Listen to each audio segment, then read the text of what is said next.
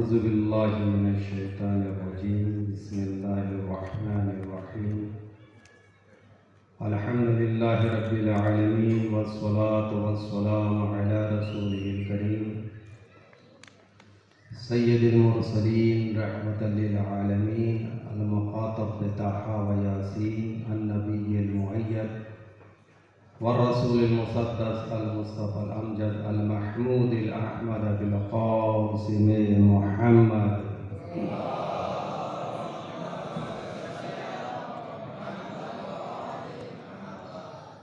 وآله الطيبين الطاهرين المعصومين ولعنة الله على أعدائهم أجمعين أما بعد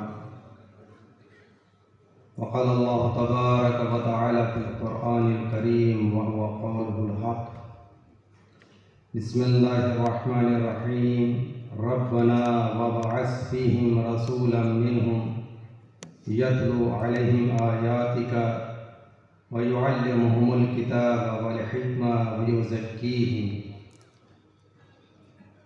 عزیزان گرامی، جیسا کہ کارگاہ علمی کی جانب سے موضوع منتخب کیا گیا تھا کہ تعلیم و تربیت کا اسلام میں کیا اہمیت ہے، اس موضوع سے متعلق قرآن مجید میں 5 مقامات پر آیتوں کا تذکرہ ملتا ہے، جس میں سب سے پہلے جو آیت ہے جو جناب ابراہیم نے دعا فرمائی خدا کی بارگاہ میں کہ خداوند تعالی ربنا وابعث فیہم رسولا منہم، کہ اے میرے پالنے والے مکے والوں میں انہی میں سے ایک رسول کو مبعوث فرما، یتلو علیہم آیاتک، جو تیری آیتوں کی تلاوت کرے، وَيُعَلِّمُهُمُ الْكِتَابَ وَالْحِكْمَةَ، اور آسمانی کتابیں اور حکمت کی عقل کی باتیں سکھلائے، وَيُزَكِّيهِمْ، اور آخر میں جناب ابراہیم نے دعا فرمائی کہ وہ تزکیہ فرمائے۔ اس دعا کو خداوند تعالی نے قبول فرمایا، لیکن جب قبول فرمایا تو آیت میں جو دعا جناب ابراہیم نے فرمائی تھی خداوند تعالی نے اس میں تھوڑی سی تبدیلی کے ساتھ کتاب و حکمت کی تعلیم پر تزکیے کو مقدم فرما کر ارشاد فرمایا کہ رسول مبعوث ہوں گے، لیکن پہلے کتاب کی تعلیم سے قبل افراد کا تزکیہ فرمائیں گے۔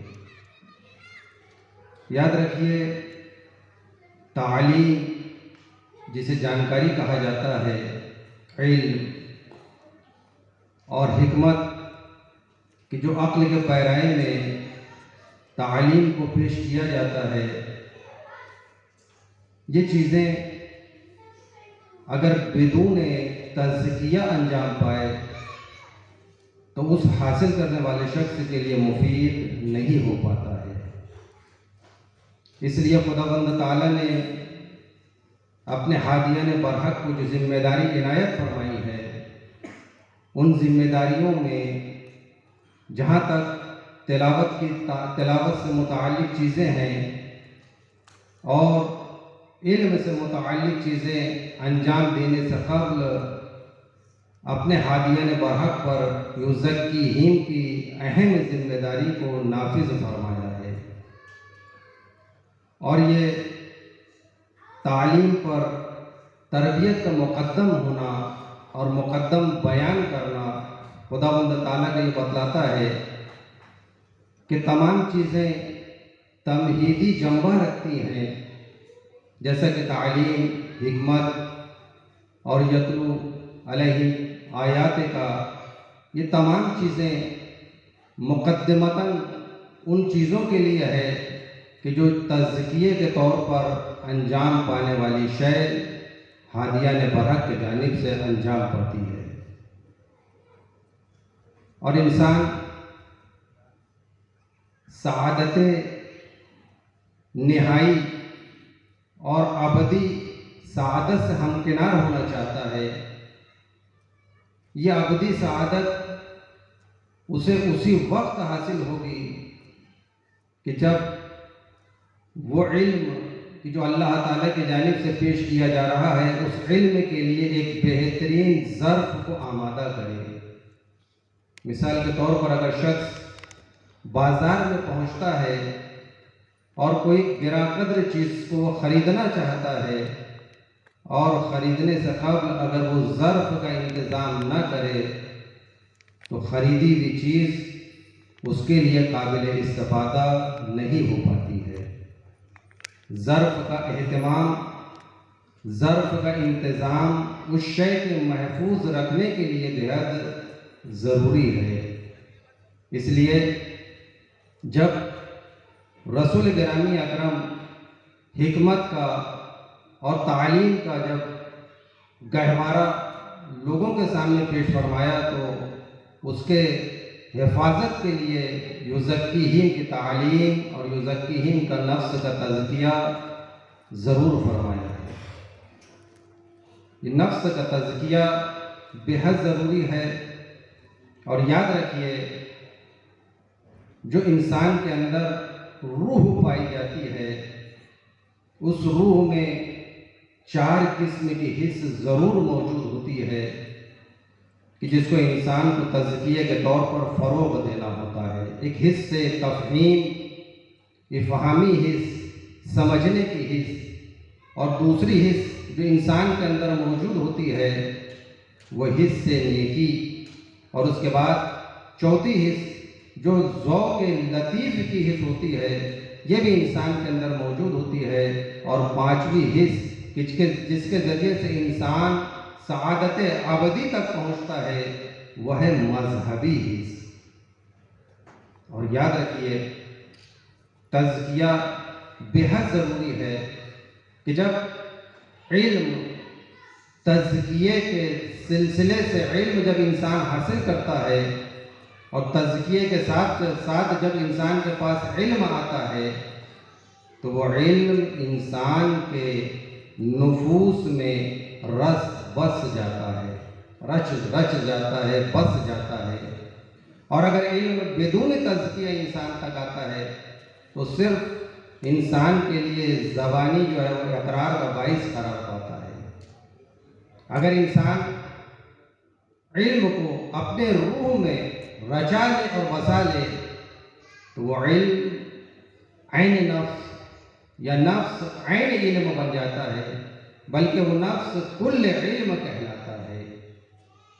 تو عزیزان گرامی، رسول گرامی کی ذات والا وہ ذات والا ہے کہ جو اس طرح سے تزکیہ فرمائی کہ اسلامی تعلیمات کو کچھ اس طرح سے لوگوں تک پہنچایا اور تزکیہ فرمایا کہ جس کے ذریعے سے وہ کج فکری کہ جو نفوس کو مردہ کرتی ہے، مریض کرتی ہے، انسان اسے محفوظ رہ سکے۔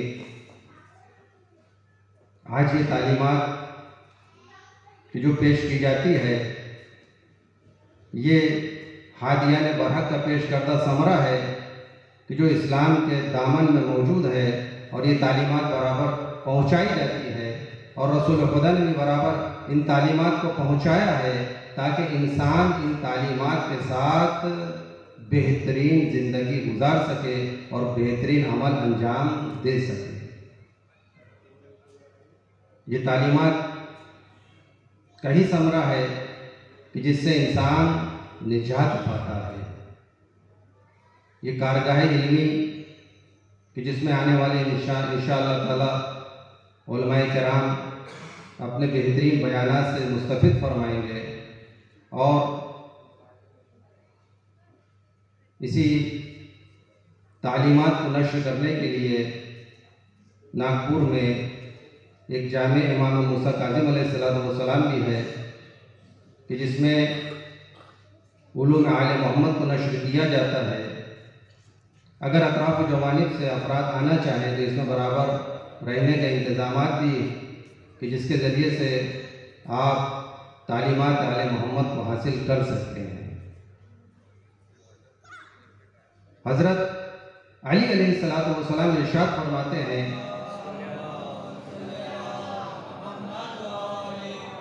کہ اپنے علم کو جہل مت بناؤ اور اپنے یقین کو شک نہ بناؤ۔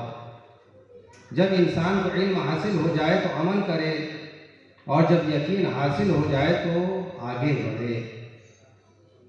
تو عزیزان گرامی، مولا کی حدیث بتلاتی ہے کہ کچھ ایسے افراد ہیں کہ جو علم حاصل کرنے کے بعد مرحلہ جہل میں داخل ہو جاتے ہیں، اور کچھ ایسے افراد ہیں کہ جو یقین حاصل کرنے کے بعد منزل شک میں داخل ہو جاتے ہیں۔ یہ تو ہم نے سنا ہے کہ انسان پڑھ لکھ کر عالم بنتا ہے، لیکن ایسا تو نظر نہیں آتا ہے کہ انسان پڑھ لکھ کر جاہل بن جائے۔ یہ بے حد افسوس کی بات ہے کہ انسان پڑھا لکھا ہو لیکن کچھ اس طرح سے اس کے افعال و اعمال و کردار ظاہر ہوں کہ لوگوں کا ایسا محسوس ہو کہ پڑھی لکھی ذات سے اس طرح سے کام کو انجام نہیں پانا چاہیے۔ وہ افراد کی جو مادر ذات جاہل ہوتے ہیں وہ جہل بسیط کا شکار ہوتے ہیں، لیکن وہ افراد کہ جو پڑھے لکھے افراد ہوتے ہیں لیکن ان سے جہالت کا جو اظہار ہوتا ہے وہ جہل بسیط کے شکار نہیں بلکہ جہل مرکب کے شکار ہوتے ہیں۔ اور رسول خدا صلی اللہ علیہ وآلہ وسلم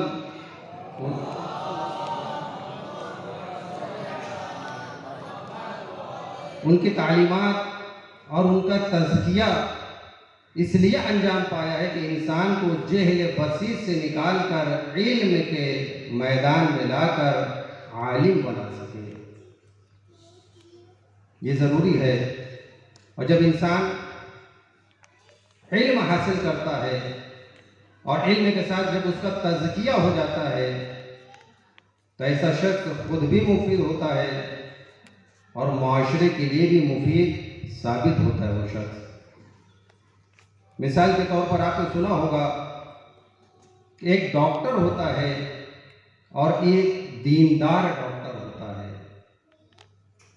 ڈاکٹر اور دیندار ڈاکٹر میں یہی فرق ہے کہ جب شخص ڈاکٹر کے پاس، جو صرف ڈاکٹر ہوتا ہے، جب ڈاکٹر کے پاس جاتا ہے تو ڈاکٹر کے پاس جب مریض جاتا ہے تو مریض اپنے مرض کے ساتھ پہنچتا ہے، لیکن جو دیندار ڈاکٹر نہیں ہوتا ہے، جو اپنے فرائض کو پوری طرح سے انجام نہیں دے پاتا ہے، تو وہ ڈاکٹر مریض کے جانب توجہ نہ کرتے ہوئے، مرض کے جانب توجہ نہ کرتے ہوئے صرف مریض کو دیکھتا ہے کہ اس مریض سے کتنا فائدہ حاصل ہو سکتا ہے۔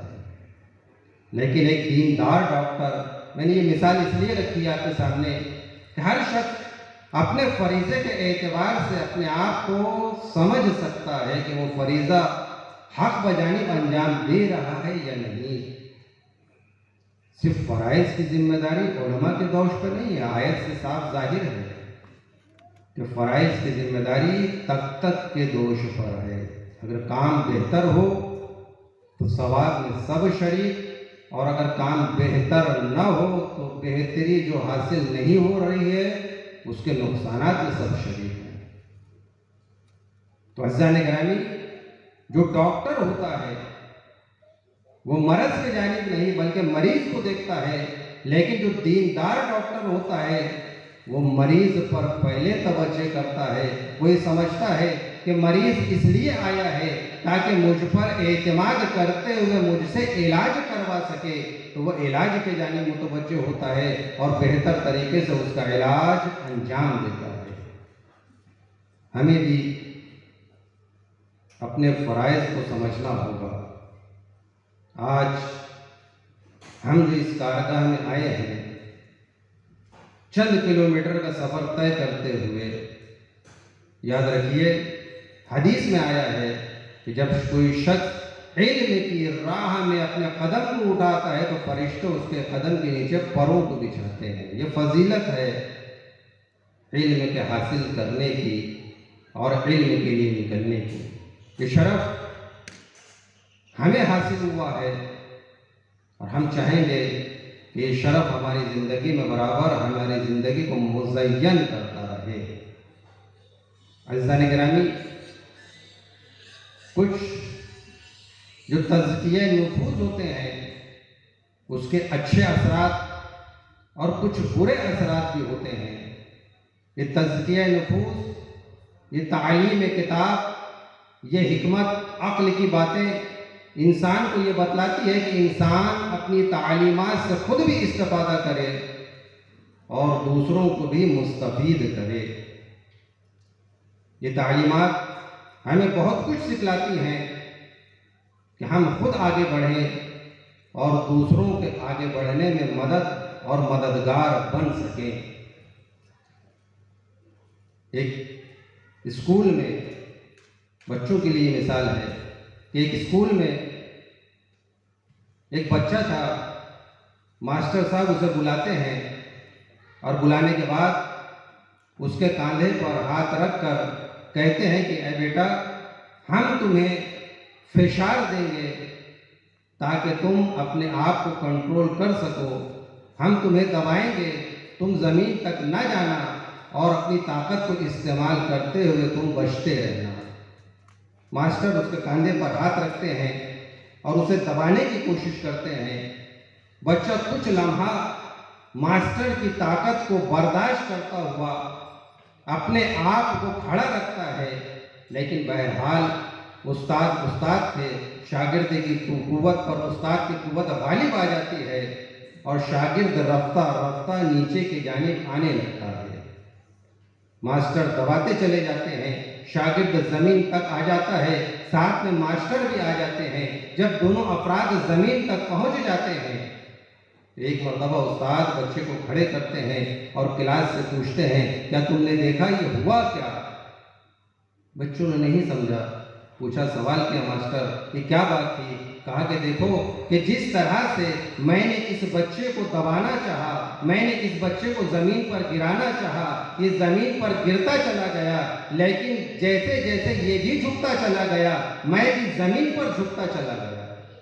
دیکھو، اگر تم کسی کو گراؤ گے تو گرنے والا بھی زمین پر گرے گا، ساتھ میں تم بھی گرتے چلے جاؤ گے، اور اگر تم کسی کو اٹھاؤ گے تو اٹھنے والا بھی آسمان تک اٹھتا چلا جائے گا اور اس کے ساتھ ساتھ تم بھی اٹھتے چلے جاؤ گے۔ یہ ہے علم کہ جو تزکیے کے ساتھ آتا ہے، یہ ہمیں سکھاتا ہے کہ ہمیں اٹھانا ہے، گرانا نہیں۔ اور بدون تزکیہ جب علم آتا ہے تو انسان کے نفس میں خناس آ جاتا ہے، اور یہ بہت خراب بیماری ہے جو انسان کو چاروں جانب سے مجروح کرنے کی کوشش کرتی ہے۔ اس کا تذکرہ قرآن مجید میں ہے۔ اس کی مثال آپ جانتے ہیں کہ جب جناب آدم کو سجدے کا حکم دیا گیا تو جب خناس آیا اس کے ذہن میں، حالانکہ وہ اپنی عبادت کی تعلیم سے برابر باخبر تھا، سجدہ کیا کرتا تھا، سجدے کی تعلیم سے وہ باخبر تھا، لیکن جب خناس آیا تو اس نے سجدے سے انکار کر دیا، اور جب سجدے سے انکار کر دیا تو خداوند تعالیٰ سے وہ راندہ درگاہ ہونے کے بعد اللہ سے مہلت طلب کرتا ہے۔ جب مہلت طلب کرتا ہے، دیکھیے وہ بھی سمجھ رہا تھا کہ خدا کی بارگاہ سے نکلا ضرور ہوں، مگر مجھے اگر مہلت بھی مانگنی ہے تو خداوند تعالیٰ کی ذات سے مہلت مانگنی ہے۔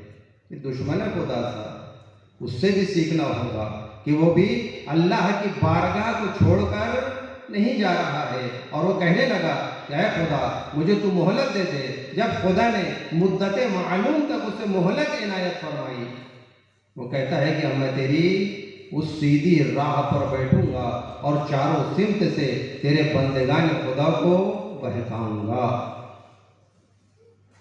تو خدا بند تعالیٰ نے کہا کہ اے شیطان، تو نے پھر غلطی کر دی۔ یہ چار سمت کہ جس کے جانب تو متوجہ ہے، اور اگر تو کہہ رہا ہے کہ میں چار سمت سے بچاؤں گا، تو اے شیطان تو نے غلطی کر دی۔ میں چاروں سمت کا خالق نہیں بلکہ میں 6 سمت کا خالق ہوں۔ اگر تو کسی بندے کو 4 سمت سے بہکائے گا، تو اگر کوئی بندہ آسمان کے جانب ہاتھوں کو بلند کر کے اگر میری بارگاہ میں توبہ کرے گا تو میں اس کی توبہ کو قبول کر لوں گا۔ اور اگر کوئی شخص اپنی پیشانی کو زمین پر ٹیک کر میری بارگاہ میں اگر پیشانی کو سجدے میں رکھ دے گا اور استغفار کرے گا تو میں اس کے استغفار کو قبول کروں گا۔ تو عزیزان گرامی، یہ علم کا تزکیہ ہے جس سے انسان اپنی پیشانی کو زمین پر ٹیکتا ہے، اور ہم جو عمل انجام دیتے ہیں اس میں بھی علم کی ضرورت ہے، اور صرف علم کی ضرورت نہیں، تزکیے کی ضرورت ہے۔ نماز کی تعلیم یہ بھی انسان کے لیے لازم ہے، اور نماز کی تعلیم جب انسان حاصل کر لیتا ہے افعال و اذکار کے ساتھ، تو اس میں خشوع اور خضوع یہ تزکیے کی علامت ہے۔ آپ جانتے ہیں کہ نماز میں افعال بھی ہے اور نماز میں اذکار بھی موجود ہے، کہ جب نماز افعال کے ساتھ انسان انجام دیتا ہے تو سب سے پہلا فعل انسان کا جو نماز کے طور پر انجام پاتا ہے وہ ہے تکبیرۃ الاحرام۔ ٹھیک ہے، کس طرح سے بہترین علم اور تزکیے کے ساتھ انسان اس نماز والی عبادت سے اپنے آپ کو خدا بند تعالیٰ سے مربوط کر سکتا ہے، ربط برقرار کر سکتا ہے۔ جب انسان تکبیرۃ الاحرام کہہ لیتا ہے تو تکبیرۃ الاحرام کہہ لینے کے بعد خدا بند تعالیٰ سے یہ انسان جڑ جاتا ہے۔ تکبیرۃ الاحرام کہنے سے قبل انسان کے لیے کھانا بھی جائز تھا حلال، سونا بھی جائز تھا اس کے لیے، ادھر ادھر دیکھنا بھی جائز تھا اس کے لیے، لیکن جیسے ہی تکبیرۃ الاحرام کہہ لیتا ہے، نماز کی یہ ابتدا کر لیتا ہے، تو اب جتنی چیزیں اس کے لیے جائز تھی وہ جائز نہیں رہ پاتی ہے۔ اب وہ کھا نہیں سکتا ہے حلال، اب وہ بات نہیں کر سکتا ہے جائز، اب وہ ادھر ادھر نہیں دیکھ سکتا ہے۔ یعنی خدا بند تعالیٰ یہ چاہتا ہے کہ اے میرے بندے، جب تو مجھ سے رابطہ برقرار کرنا چاہتا ہے تو کچھ اس طرح سے رابطہ برقرار کر کہ تو مجھ سے جڑ جا اور میں تجھ سے جڑ جاؤں۔ اسی لیے کہا الصلاۃ تنہی عن الفحشاء والمنکر۔ کیوں؟ ہماری نماز اچھائیوں کو اور برائیوں کو انسان سے کیوں نہیں دور کرتی ہے، اور اچھائیوں کیوں نہیں انسان کو پاس کرتی ہے؟ ہمیں سمجھنا ہوگا۔ نماز پڑھ رہا ہے لیکن گناہ انجام دے رہا ہے، لیکن نماز کا یہ چیلنج ہے، الصلاۃ معراج المومن۔ یہ نماز انسان کو معراج تک پہنچاتی ہے۔ یہ نماز اسی وقت انسان کو معراج تک پہنچائے گی کہ جب انسان اس نماز کے ذریعے اپنے آپ کو خدا بند تعالیٰ سے جوڑ لے۔ یہ تزکیہ والی نماز ہی انسان کو خدا سے جوڑتی ہے۔ یہ تعلیم و تربیت انسان کی دنیا بھی سنوارتی ہے، یہ تعلیم و تربیت انسان کی آخرت بھی سنوارتی ہے۔ اور آج جو انسان یہ کہتا ہوا نظر آتا ہے کہ عبادتوں میں انسان کا دل نہیں لگتا، عزیزان گرامی، عبادتوں میں دل نہ لگنے کی ایک وجہ ہے، وہ یہ ہے کہ آپ سمجھتے ہیں کہ انسان جب عبادت انجام دیتا ہے تو انسان کو ایک بہترین لذت محسوس ہوتی ہے۔ یہ لذت کیوں نہیں محسوس ہوتی کچھ افراد کو؟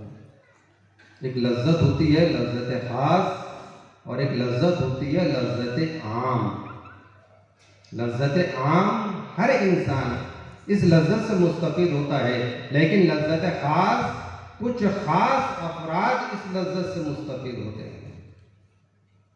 لذت عام، یہ لذت جو انسان حاصل کرتا ہے یہ حواس خمسہ ہے، جس کے ذریعے سے انسان لذتوں کو حاصل کرتا ہے، اور لذتوں کو حاصل کرنے کے لیے جو عزم خداوند تعالی نے معین کر دیا ہے انسان اس کو تبدیل بھی نہیں کر سکتا ہے۔ خوشبو یہ ایک لذت ہے، جب انسان خوشبو والی لذت کو لینا چاہتا ہے اور اگر یہ چاہے کہ اس خوشبو والی لذت کو ناک کے بجائے کان سے محسوس کرے، انسان ہرگز نہیں کر سکتا۔ یہ لذت، خوشبو کی لذت صرف ناک سے محسوس کی جا سکتی ہے۔